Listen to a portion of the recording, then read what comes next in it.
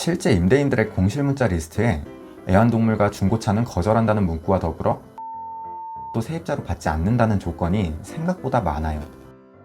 안녕하세요, 나북입니다. 조물주 위에 건물주라는 말 들어보셨죠?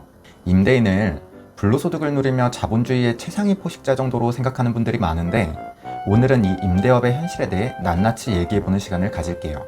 니까짓 게 뭔데 임대업의 현실을 낱낱이 말한다는 거냐? 라고 많은 분들이 생각하실 수 있는데, 저는 수백 명의 세입자를 상대한 경험이 있고 지금도 수십 명의 세입자를 상대하고 있어요. 제가 직접 임대하는 물건도 있지만 임대인들의 업무를 대신하는 임대관리라는 업무도 병행하고 있기 때문이에요. 덕분에 일반 집주인들의 입장보다 훨씬 많은 경험을 해본 건 당연하겠죠. 세입자의 유형별로 나누어 임대업의 현실을 얘기해 볼게요. 뒤로 갈수록 다크한 내용들이니 영상 보시다 우울해진다면 뒤로 가기. 첫째, 임대료 미납 유형. 공실과 함께 임대업의 최대 리스크죠. 두 번째, 월급의 달달함을 꿈꾸시던 분들이 첫 달부터 임대료 안 들어오는 경험을 당하며 멘탈 부서지는 경우를 정말 많이 봤어요. 부수입 늘리려다 강제로 민법 공부하게 되는 케이스가 비일비재해요. 심지어 코로나 시국이 오며 임대료 체납률도 상당히 높아졌고요. 보증금이 있으니 괜찮지 않냐? 세입자들이 본인들의 보증금을 얼마나 크고 대단한 돈이라고 착각들 하시는지 잘 아는데, 계약 해지 조건을 채우고 명도 소송과 집행이 끝날 때까지의 기간 동안 미납된 임대료나 관리비, 플러스로 파손되거나 훼손된 임대물의 손해액을 더하면 세입자한테 받아놓은 그 소중한 보증금으로는 택도 없는 경우가 태반이에요. 소송도 셀프로 진행하면 모르겠지만 그럴 수 있는 분들이 몇이나 될까요? 변호사까지 쓰게 되면 무조건 적자예요. 변호사 비용도 피고에게 청구할 수 있는 비율과 상한이 정해져 있거든요. 나는 은행에 대출 이자도 꼬박꼬박 내고 있는데 월세는 안 들어온다? 밤에 잠도 안 옵니다. 두 번째, 몰랐어요 유형. 계약서에는 수많은 약속들이 담겨 있어요. 이 약속들이 분쟁이 생겼을 때 문제를 해결하는 열쇠가 돼요. 하지만 문제가 생겼을 때 하나같이 하는 말들이 있어요. 나는 몰랐다. 처음 들었다. 당연히 이렇게 해야 하는 거 아니냐? 부동산에서도 이런 클레임이 워낙 많으니 계약서 내용을 그대로 읽어주는 경우도 대부분이지만, 심지어 계약서에 밑줄이고 동그라미까지 쳐가며 설명한 흔적들도 상당수 남아있는데 몰랐다는 분들이 많아요. 계약 당시에는 대충 흘려듣고 설명도 필요 없다시던 분들이 대부분 이런 문제가 생겨요. 가령 임대료는 선불로 낸다, 후불로 낸다, 특정 날짜에 낸다. 이런 건 서로가 정하기 나름인데 마음대로 해석해서 마음대로 납부하죠. 사실 미납 안 하고 잘 내는 것만도 다행인데, 임대인 입장에서 한번 생각해보세요. 여러분은 회사에서 정해진 날이 아닌 자기들 마음대로 월급 넣어주면 어떨 것 같아요? 그냥 주는 게 감사한 거니 아무 말 없이 기다릴 거예요? 생활비 등에서 순간적으로 현금 흐름이 막히면요? 어차피 회사에선 지급할 돈이니 당장 현금 서비스 받아서 충당하고 월급 줄 날만 기다릴까요? 그에 대한 이자는 그냥 부담하는 거고요. 애완동물 사육 금지 조항은 어떻고요? 하나같이 친구가 잠시 맡겼다. 지난주에 데려온 거다. 우리 개는 안 짖는다. 동물이 아니라 가족이다. 뭔가 굉장히 임대인이 갑질하는 특약 같지만 생각보다 임대인에게 심각한 피해가 오는 사항이에요. 임대물의 파손 중 금전적인 피해가 가장 큰 문제들을 이 동물들이 야기하거든요. 똥 오줌에 마루가 불어서 교체를 해야 된다거나, 인테리어나 옵션, 몰딩 등을 갉고 물어뜯는다거나, 하도 짖거나 해서 인근 세입자들한테 민원 들어오고 퇴거 요청이 쇄도한다거나, 전문 청소에 소독까지 해도 털들이 온 집안에 날리고 냄새가 안 빠진다거나, 위생관리가 안 돼서 멀쩡한 집에 벌레까지 꼬이기 시작한다거나, 심지어는 동물은 집에 방치해두고 오래 집을 비우기도 하고 반려동물 버려두고 야반 도주하는 사람 같지 않은 사람들도 있어요.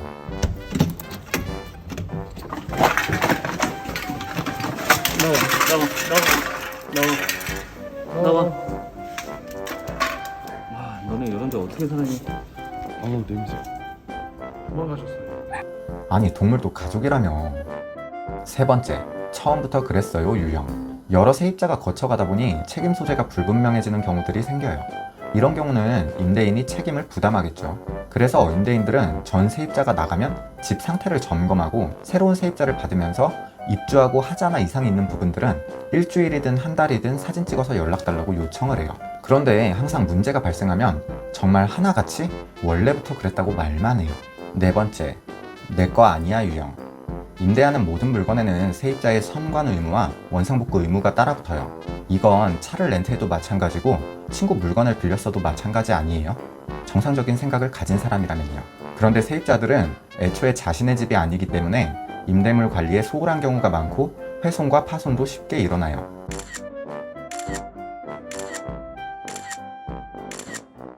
물론 집주인만큼 집에 애착을 갖고 섬세하게 관리하길 바라는 건 무리지만 자신이 파손하거나 훼손한 임대물의 손해에 관대하게 생각하고 당연히 임대인의 책임으로 미루고 그에 따른 보수 비용이나 교체 비용도 자기들 맘대로 책정하는 경우들이 생겨요. 그래서 분쟁이 생깁니다. 가만히 있었는데 수도꼭지가 부러졌대요. 이걸 어떻게 받아들여야 할지도 모르겠지만 일반 수리 비용은 업체 견적에 따라 나오겠죠. 수도꼭지 가격은 얼마나 할 거며 교체하는 기술은 어려워봤자 얼마나 어렵겠냐고 생각하겠지만 무슨 업체든 기본 출장비만 10만 원이 넘어가는 세상이에요. 그래서 작은 건들은 오히려 업체에서 거절하는 경우가 더 많고요. 이 비용이 합리적인지 불합리한지는 세입자들이 판단할 문제는 아니고 정작 비싸다고 생각하면 직접 수리를 완벽하게 하든 직접 업체를 불러서 싼 곳을 찾든 원래대로만 해놓으면 되는 게 원상복구 의무죠. 뭐 때문인지 벽지는 다 찢어먹고 포인트 벽지 마냥 전혀 다른 종이를 풀로 발라놓고 보수해놨다고 우기는 사람들도 있는데 원상복구란 말을 모르는 거겠죠. 자기가 화장실에 캔들 켜놓고 불낸 세입자가 적반하장인 경우도 있었고 본인이 이웃이랑 싸우며 찌그러진 현관문 고쳐달란 세입자도 있었으며 위층이랑 소음으로 분쟁하던 세입자의 집 천장과 상부장에는 온통 칼집 자국이 남아있던 경우도 있었어요. 5번째, 호텔 투숙객 유형. 새를 살면 불편한 모든 걸 집주인이 해줘야 한다고 생각하는 사람들도 많아요. 월세 받으며 평안한 노년 꾸리시려고 다가구 건물 매입하고 꼭대기층 사시는 분들 많으시거든요. 허구한 날 전화기 붙잡고 사시죠. 전등이 나갔어요. 변기가 막혔어요. 창문이 깨졌어요. 문고리 안 돌아가요. 벌레 나와요. 옆집 너무 시끄러워요. 어디서 개가 너무 짖어요. 집주인 덕분에 잘 살고 있다. 이런 연락하시는 분 정말 한 명도 못 봤어요. 온통 부정적인 얘기에 말도 안 되는 요구들도 상당수라 정신병 걸리기 딱 좋은 일이에요. 다가구 관리 한번 해보시면 불로소득이란 말 안 나올 거예요. 6번째, 야반 도주 유형. 이것도 생각보다 많은 케이스예요. 나가면 나갔다고 말이라도 하고 잠적을 하지. 연락도 안 되는데 가스나 전기, 수도, 사용량이 어느 날부터 없다. 열의 아홉은 도망간 경우가 많아요. 이 경우는 내부의 파손이 1+1으로 딸려오는 경우가 상당하고요. 도망가려고 작정한 마당에 내부가 멀쩡할 리가 없겠죠.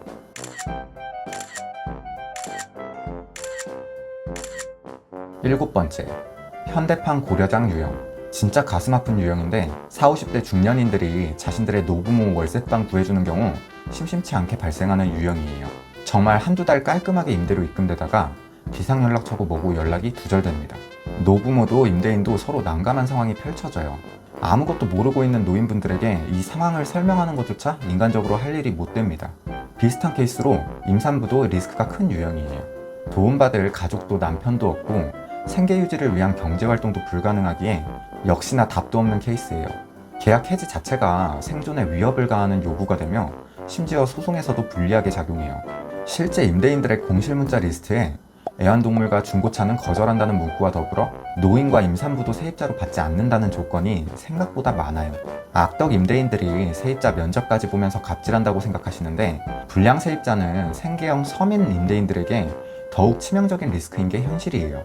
8번째, 대형 사고 유형. 연락 없는 세입자가 가장 좋은 세입자다 라는 말도 있는데요. 이것도 경우에 따라 달라요. 연락은 안 되지만 월세 하나만큼은 칼같이 들어오던 세대에서 어느 날 갑자기 임대료가 미납되기 시작했다? 경찰 조사는 기본으로 시작되는 경우들이 많아요. 임대물을 하우스로 쓰는지 OP를 돌리는지 알 수도 없지만 임대료만 잘 들어오고 별다른 민원이 없다면 굳이 먼저 알아보는 수고를 할 필요도 없죠. 임대하면서 가장 충격적이었던 건 자살하는 세입자도 있다는 거예요. 술 취한 세입자의 자살 소동은 분기별 행사인데 2년에 한 번꼴로는 실제 사건이 발생하더라고요. 이웃 주민들의 악취를 견딜 수 없다는 민원이 들어오면 일단 쎄한 기분에 소름 돋고 시작합니다. 고인과 유가족들의 비통함을 모르는 건 아니지만 임대인은 어마어마한 피해를 보게 돼요. 같은 건물의 세입자들 퇴거 요청은 쇄도를 하고 주변에 소문나서 손님은커녕 중개인들조차 방문하지도 않아요. 제가 중개를 할 당시에도 이런 사건이 발생한 집은 임대료를 아무리 싸게 놓아도 저조차 못 가겠더라고요. 고스란히 임대인들이 피해를 보는 상황으로 이어지는 거죠. 다양한 사례들을 소개해드렸는데 아직도 임대업이 불로소득 같으시나요? 이 업이 다른 일에 비해 유달리 힘들다거나 특별하다는 게 아니에요. 10명 중에 7, 8명은 정말 정상적이고 착한 세입자도 많고 청약 당첨되거나 내 집 마련 등 좋은 일로 나가시는 분들도 많아요. 착실한 세입자분들이 대체로 잘 돼서 나가기도 하고요. 어떤 일도 마찬가지지만 소수의 몇몇이 리스크가 되는 거고, 이 임대업이라는 분야도 사람들이 생각하는 것만큼 마냥 꿀 빠는 일은 아니라는 걸 말하고 싶었어요. 영상 재밌게 보셨다면 구독과 좋아요 눌러주세요. 오늘의 요약입니다. 상상 이상으로 상상 이하의 사람들이 많다.